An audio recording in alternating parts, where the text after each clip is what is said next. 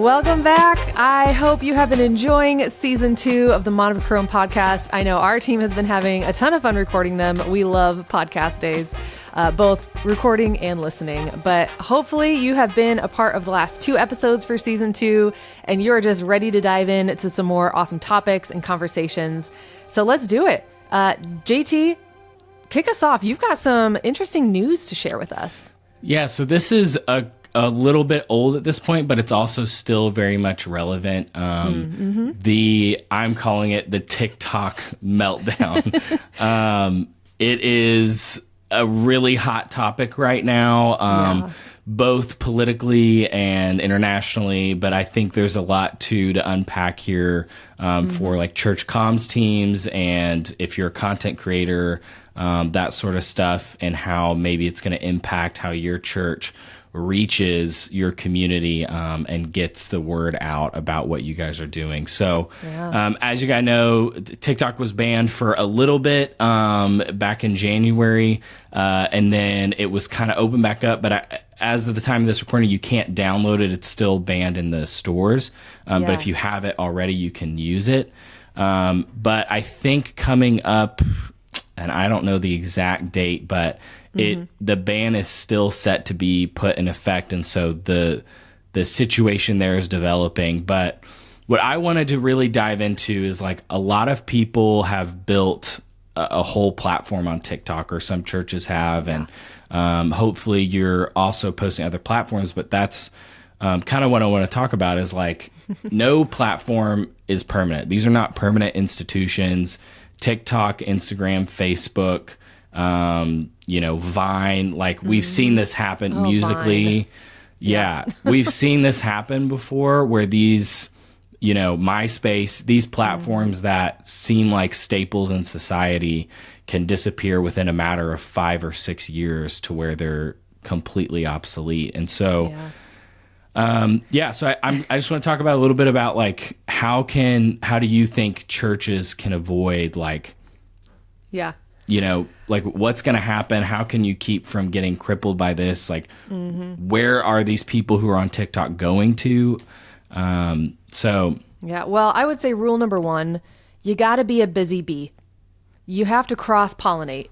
Like, you should never just stick with one platform. Now, there is a conversation and the argument that, well, most of my audience is here, and that's great. Right. And that's okay. And then you know that you're speaking to most of your audience on that one platform. Like, maybe it's Facebook or Instagram. I know we are super Instagram heavy. That's where most of our followers and attention is.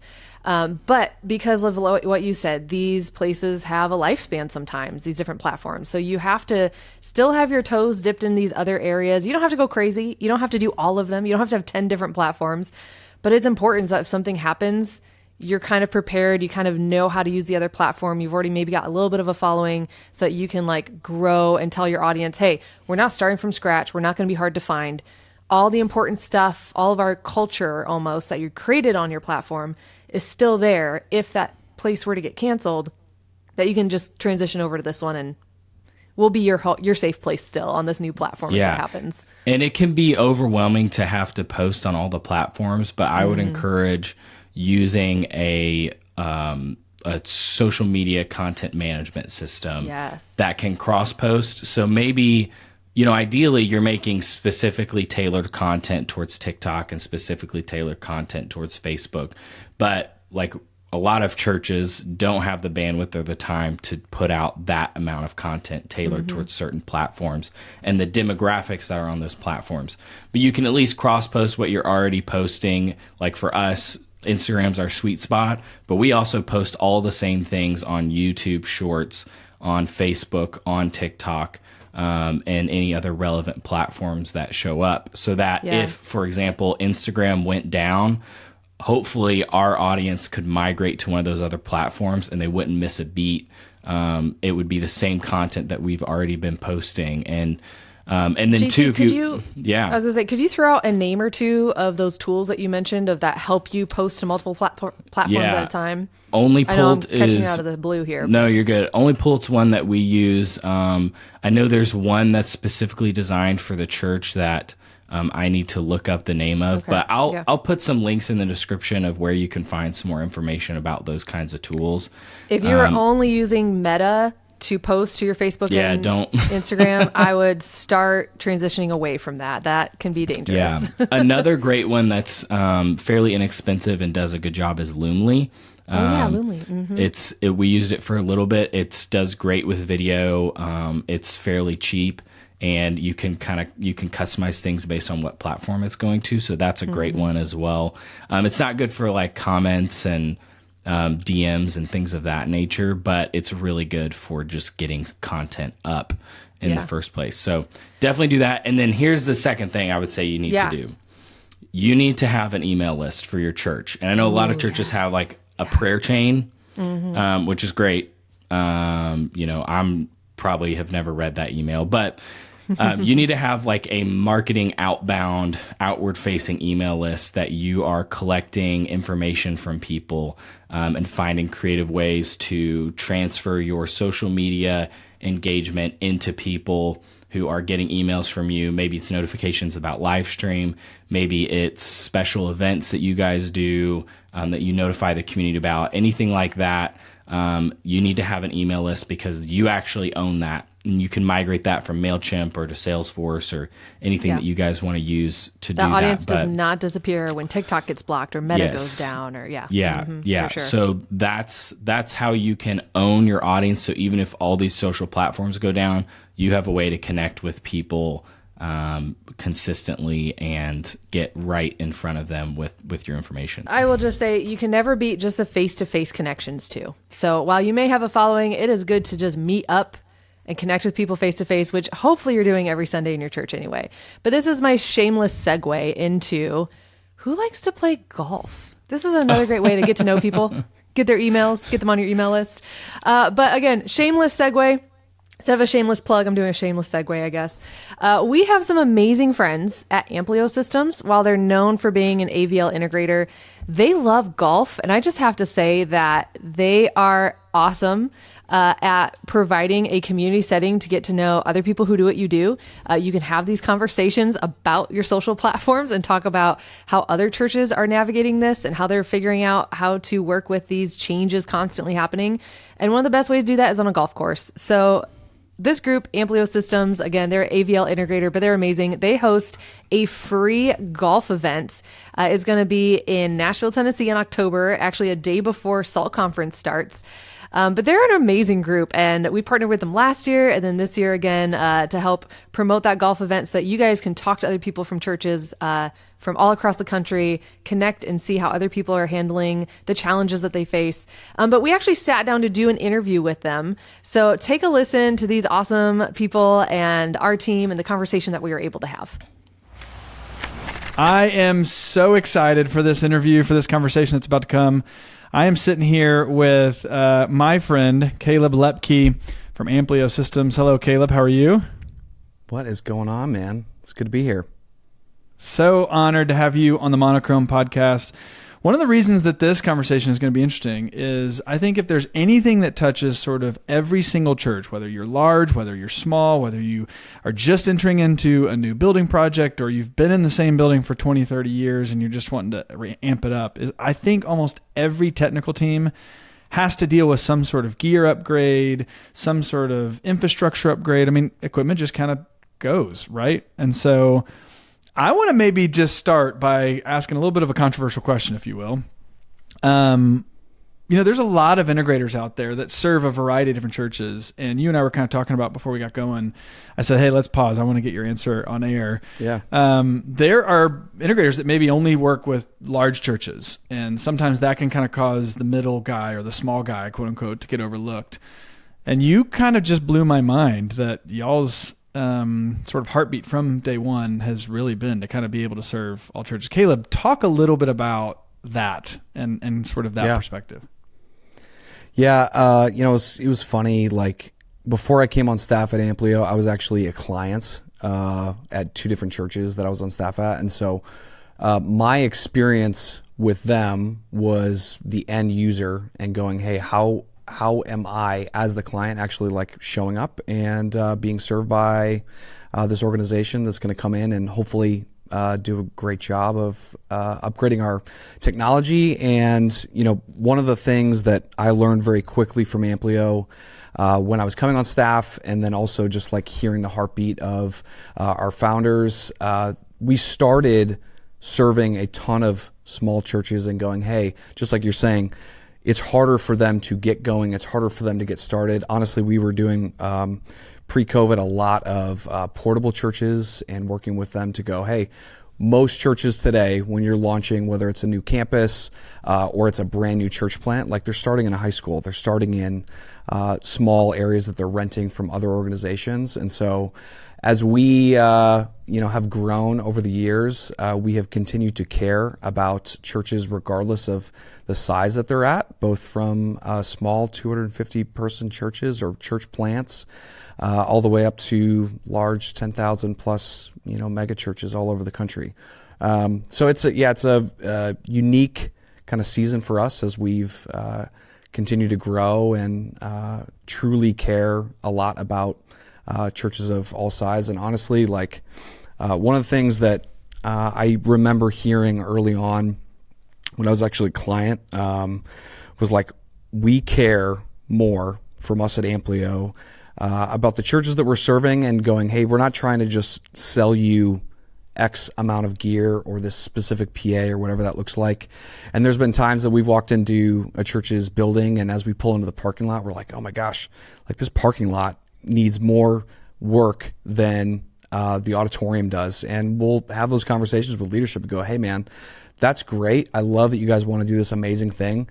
Also, like, let's make sure that you guys are, taking care of the rest of the building too, and not just, coming to work with us and getting some really awesome gear and technology for, your auditorium or worship space.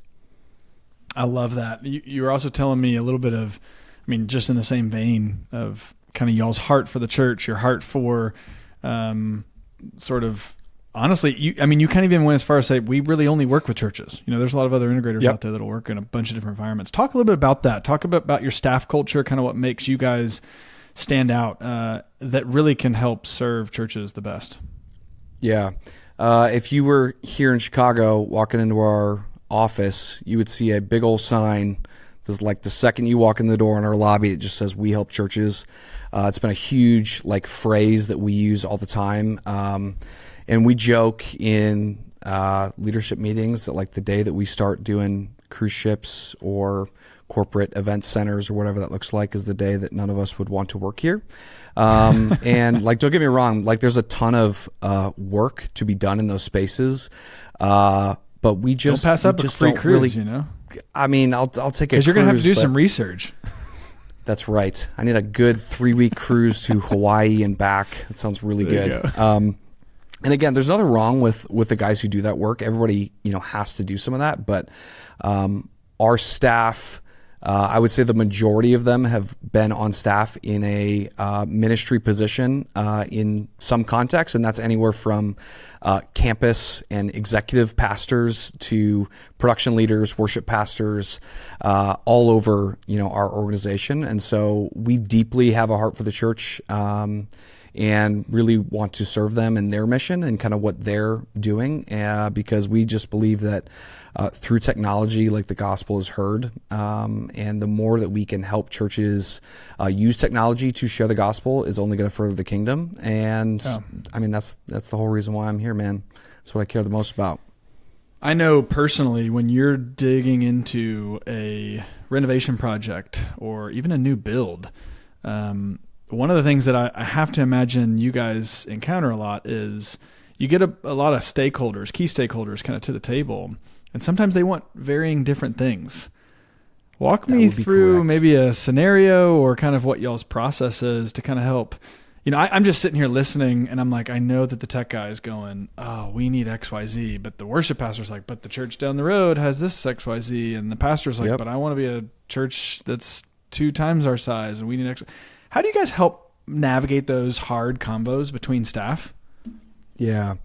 It's funny. I literally was just right before we jumped on here, I was on a call with another church we're having some conversations with, and it's the production guy and the executive pastor. And the production guy is asking production type questions and gear and all of this stuff, and the XP's going, how much is it going to cost, and when am I going to have to be invoiced for it, and all of those things. And I think part of our heart in the way that we approach these conversations is honestly looking at the long-term vision of where the church is wanting to go. Some of these conversations are like, hey, we want to launch 10 campuses in 10 years. Other ones are like, we just want to grow from 200 to 300 in the next 5 years, and whatever that looks like. And so as we approach conversations about technology, all of the things that we're doing in as we would say, like value engineering of what are the things that are important in your space or not, we're honestly helping shape a lot of those conversations, not around specific manufacturers or gear that is the only thing that we want to sell, but to go, hey, it's not a one size fits all for every single piece of gear for every church. There's some churches that have amazing, incredible, and sexy gear and all of the things you see on Instagram and TikTok and social media and stuff like that. But the way that we want to approach it is to go, where are you guys going and where are you wanting to go in the next 5 years, in the next 10 years? And let's help shape, a technology space. Let's help shape your systems to help you get to where you're going to go, not where we want to go. Hey, we want this insane, amazing PA and LED wall and video system, which is all great. Don't get me wrong. That stuff is super fun. But it doesn't work for every single church. And so we want to make sure that the decisions that we are putting in front of a church, especially the ones, honestly, who don't have the tech guy or who don't have the person on staff who's asking, oh, I want D&B, I want L Acoustics, I want Meyer, I want Martin, whatever it is, we're helping shape those conversations to go, hey, here are the things that we've seen, not only in churches that are similar size, but to where you guys want to go. And here's the things that you guys should be thinking about during this process as you kind of look towards this next season of growth for the church. That's so good, because I know a ton of people who even come to SALT Conference just to be around other church techs, church creatives, so that they aren't kind of living in the silo. And so I love that you guys 100%. Are able to, because you work with churches only, are not only able to come and give them advice on the best equipment, the best technology, but hey, here is some of the trends, or here are some of the sort of systems and frameworks that other groups are kind of using. I love that. Yeah. I'm going to put you on the spot. One of the sort of passion things for our team here at the Monochrome Podcast is to sort of always be a place where our community can find new tools, new technology, maybe be a little bit on the cutting edge, or if nothing else, conversation starters around some of the craziest things we've seen in, creativity and technology. So what have you seen, Caleb, most recently that you are either blown away by in a good way or sort of shocked and a little bit like, oh no, I hope this doesn't become norm?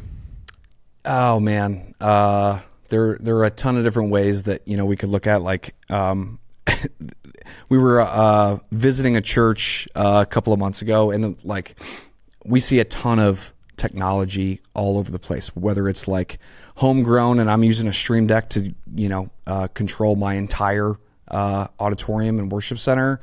To, hey, we're doing full immersive, PA systems in churches kind of all over the place. And honestly, it's amazing to me that there is both technical guys and creative people on staff at churches that are coming up with solutions for churches. Perfect examples. I was watching this front of house guy, and it's so simple. And I'm an audio guy at heart. That's where I kind of started in production ministry. And he's like, oh, our problem was that we needed a basically talk to text comm solution for a front of house guy, because we don't want him to wear a headset. Picking up the phone is kind of annoying. How can he just see, hey, what's the countdown look like on this video so I know when it's coming? So he's like, oh, I found this, random little company I pay $5 a month for, and it does talk to text, and it punches right into my ClearComm system. So now the front of house guy is watching countdowns on videos without having to hold a phone to his ear or wear a headset, in other parts of the service that That's isn't amazing. Worship. So and it's I was basically dictating comm. Correct. Yeah. And I was I literally went back to my church, and I was telling our TD on Sunday, I was like, hey man, you should buy this, because I'm mixing right now, and I would love to do that, because I'm just looking over at the producer trying to read her lips and going, where are we at right now? And so little fun things like that make a huge difference in TDs and other production people's lives. And then you have, the other side of stuff that's listening to full immersive, PA systems at churches that we've done in the last couple of years, as that has become a new trend, both from honestly tons of different manufacturers do it, but L Acoustics, D&B do a great job. And, for us to be able to walk in and go, hey, that solution isn't for every single church. But when a church comes to us and says, hey, here's the things and here's the challenges that we're seeing right now in our space when it comes to audio, how can we achieve something like that? And then for us to be able to partner with awesome manufacturers and go, hey, they've come up with a solution that I think is exactly what you're talking about. Here's different options. Here's different manufacturers that are doing the same thing. Let's go demo it. Let's go listen to it together and go, what would be the best thing for your church in your specific scenario? Speaking of fun things, the reason I'm super excited for this interview is you guys did a fun thing last year in Dallas right before our conference, and you're doing it again. We're coming back to Nashville this year. You guys are hosting a free golf tournament. Hopefully everybody heard that free golf tournament. Walk us through a little bit of the heartbeat and kind of some of the details even behind Worship Classic. Yeah, so we host a free golf tournament every year called the Worship Classic. The Worship Classic was started for people in creative worship production ministry because the reality is your senior leadership on staff at your church, they have different kinds of, I'm trying to say this a nice way, they have budgets to go do those things whenever they want with other church leaders, right? So we wanted to go, hey, what are opportunities for those guys to have a day that's completely for them? We're not there to sell them something. They get to walk in. They get to play golf with their buddies. There's incredible prizes. There's amazing food, drinks, whatever that looks like for these teams that are showing up.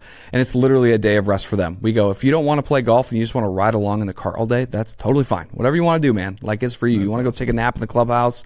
We'll go take a nap in the clubhouse. It's totally fine.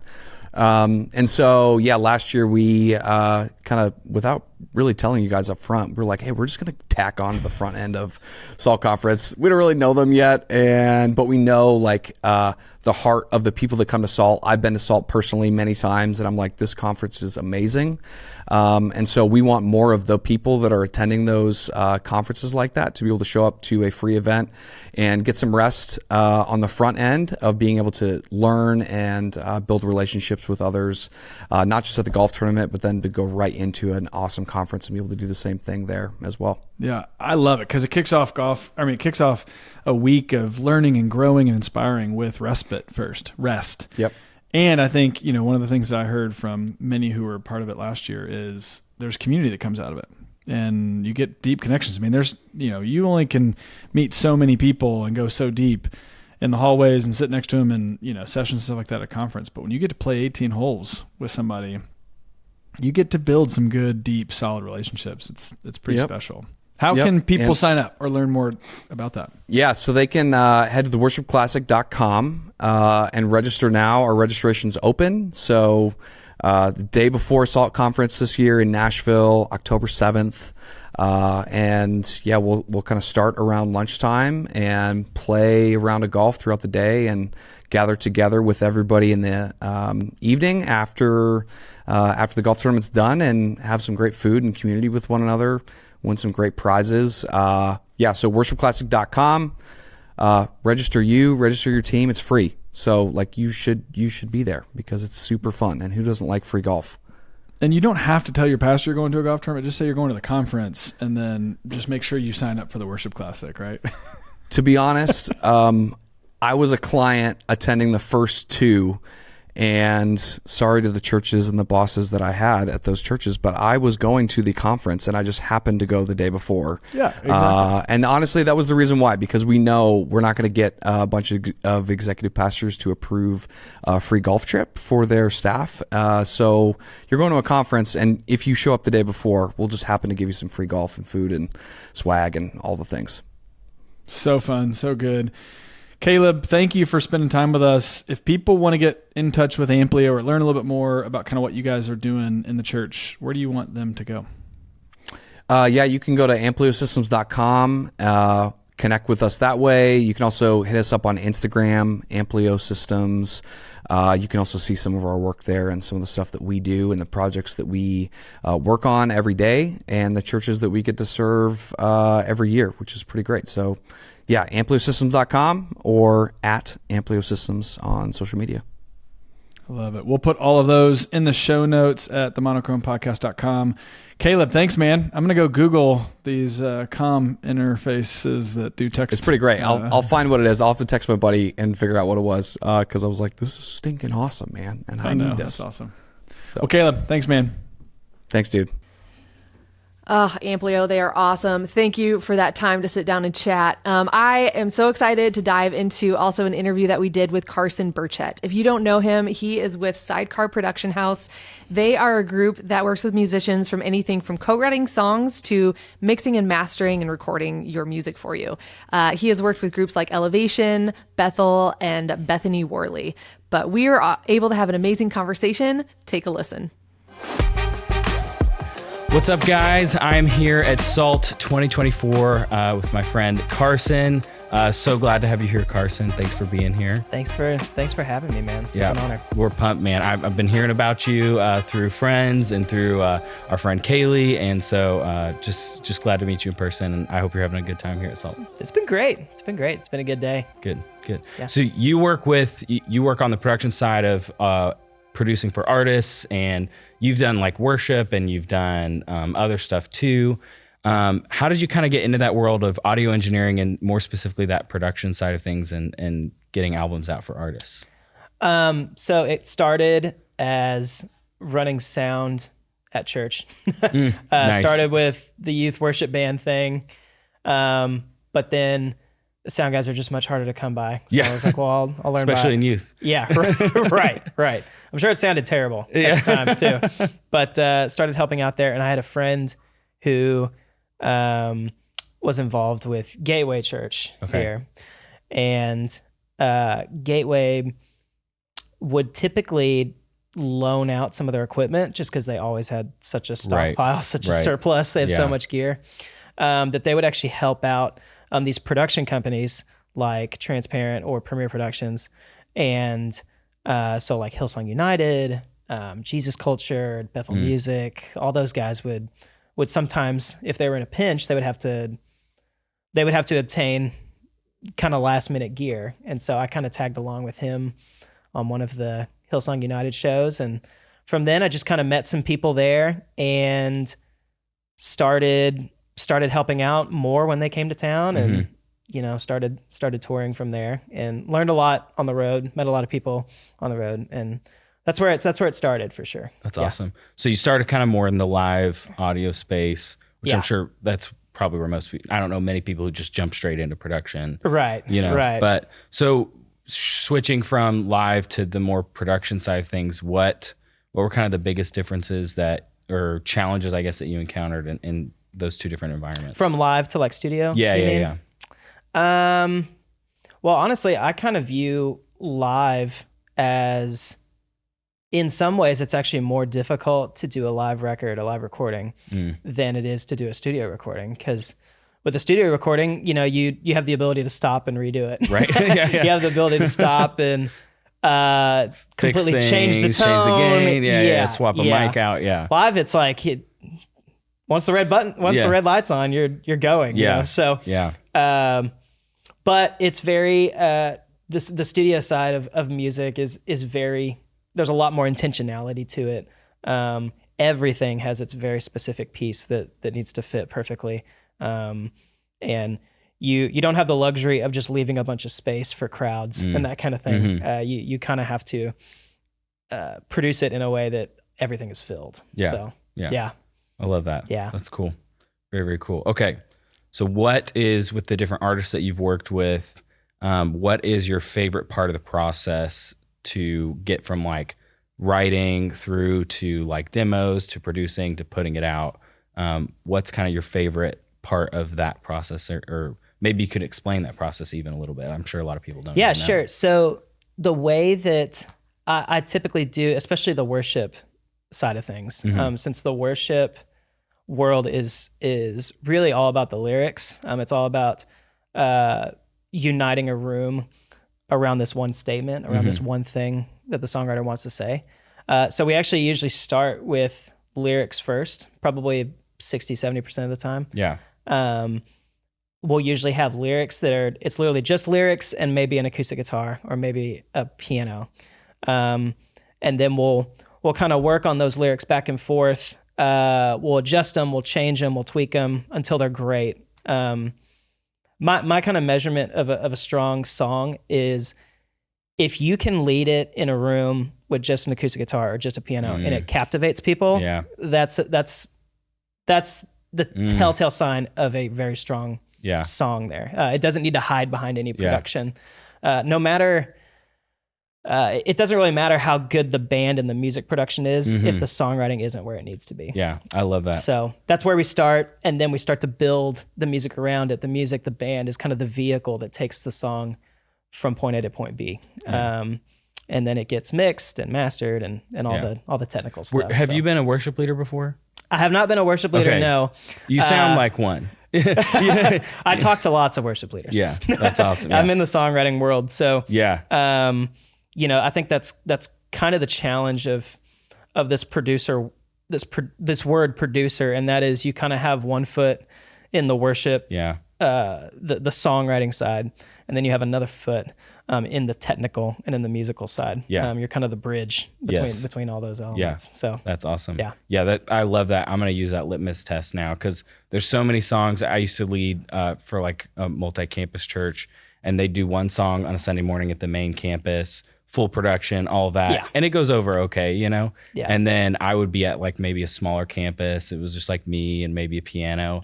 And they'd be like, all right, you're going to do this song, And I was like, this is not going to land. Like, no, like this is, it just wasn't a song you could do that way. Right. And, so I love that. That's great. That's cool. Yeah. Sweet, sweet, sweet. Okay. What has been your personal favorite project to work on? Ooh.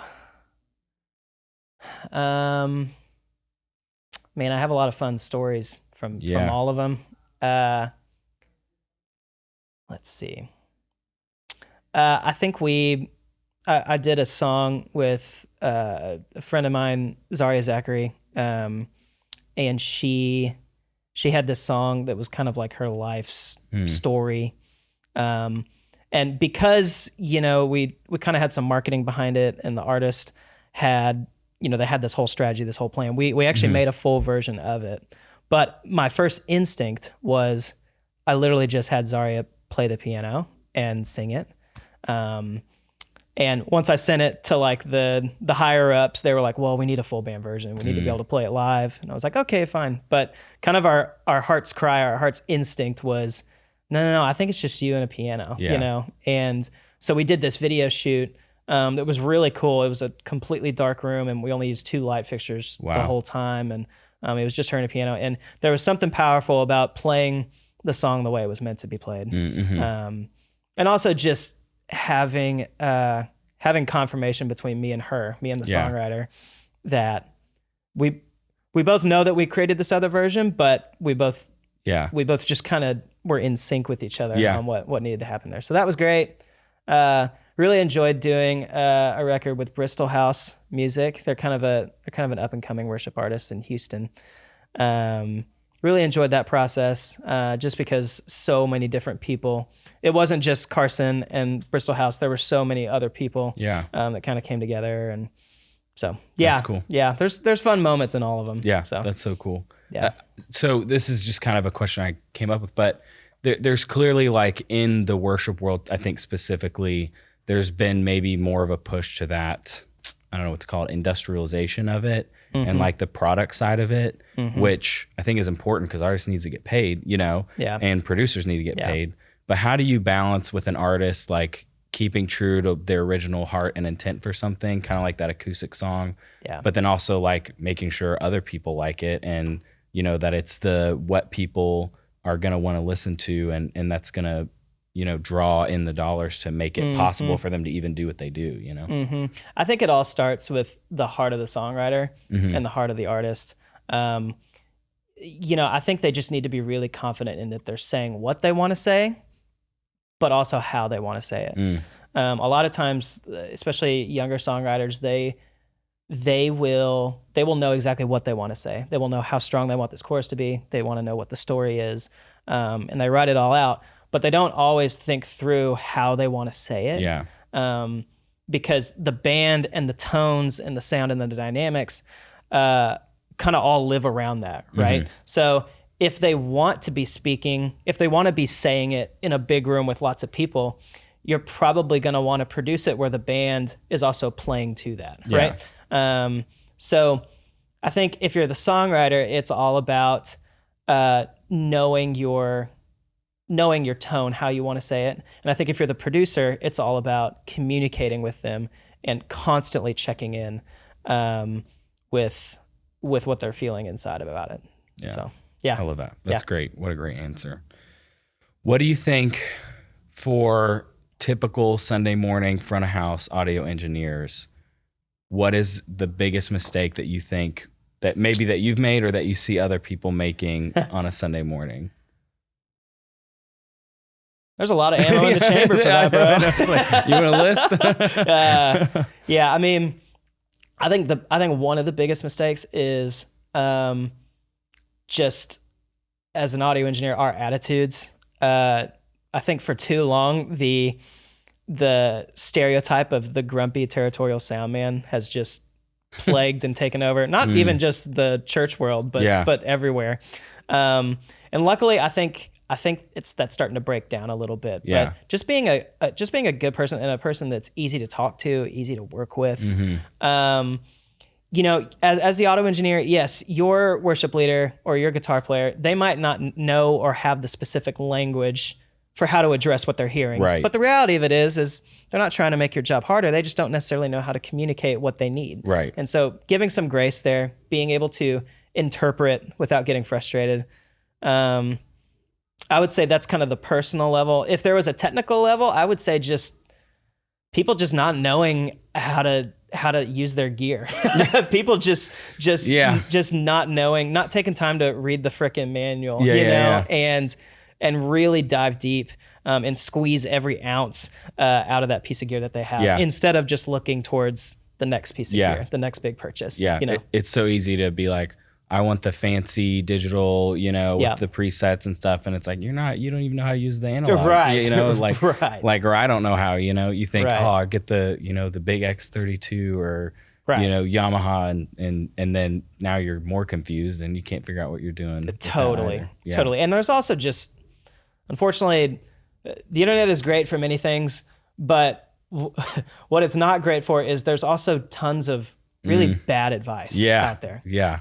And honestly, if I'm being really frank, there's a lot of bad church advice out there. Yeah, there is. You're getting lots of advice from people who, maybe mix 30 minutes once a week when there's other people that have dedicated their lives to it and they do it for hours every day. And they've really honed in on that craft. And, pay attention to who you're listening to. Yeah.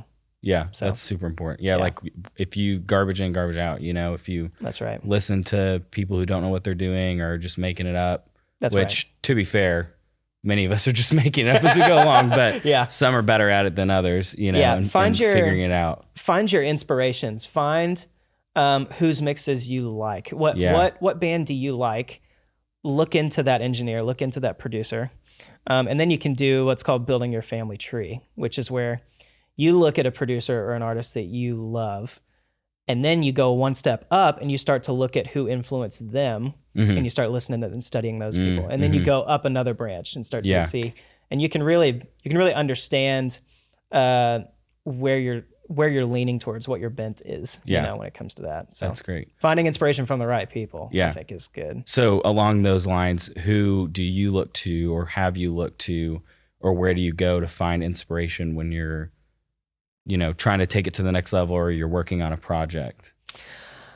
Well, it's kind of funny when we have a project, when we have a client, when we're working on someone else's music, the first thing I do is I have them send me a Spotify playlist of just stuff that they like. Not even necessarily stuff that they want their song to sound like, but just what are you listening to right now? Just get that's getting you excited. Feeling for their taste. And I'm just going to have it on loop. I'm just going to digest it until it's my DNA too. Yeah. Because one of the most important things when you're entering that creative process is you've got to be speaking the same language. What good means for you needs to also match the definition of good for the creative, for the artist. So, one of the ways that I can adjust my language is by soaking in what inspires them. Yeah. You know?